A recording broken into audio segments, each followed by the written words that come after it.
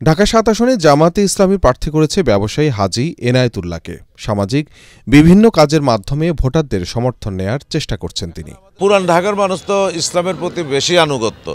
এখানে দেখবেন প্রত্যেকটা মানুষ আপনি নামাজি, রোজা, হজ, যাকাত, এখানে পারিবারিকভাবে সবাই আপনার ইসলামকে ধারণ করে। মানুষের একটা আস্থার জায়গা তৈরি হয়েছে যে একমাত্র বাংলাদেশ জামাত ইসলাম যদি আগামীতে দেশের দায়িত্ব নেয় তাহলে সবাই সুখে শান্তিতে থাকতে পারবে, চাঁদামুক্ত একটা পরিবেশ পাবে, সন্ত্রাসমুক্ত একটা পরিবেশ পাবে।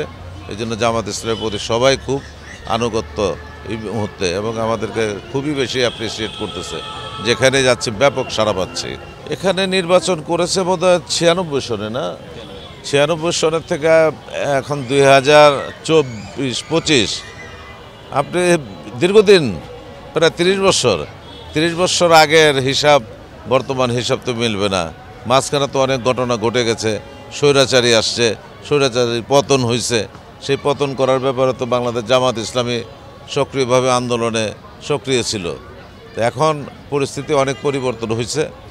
আর বিগত দিনে আপনার যদি নির্বাচন হইতো তাইলে হয়তো গ্র্যাজুয়ালি যে আপনার ডিফারেন্সটা সেটা তো আপনি দেখতে পারতেন যে কমে গেছে, কিন্তু নির্বাচন না হওয়ার কারণে সেটা বোঝা যাচ্ছে না।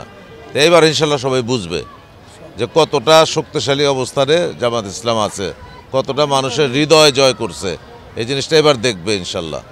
জামাতের পাশাপাশি পুরান ঢাকার এই আসনে নির্বাচনী প্রচারণায় সরব ইসলামী আন্দোলন বাংলাদেশের প্রার্থীও। তবে নির্বাচনের মেরুকরণ স্পষ্ট হবে চূড়ান্ত মনোনয়নের পরই।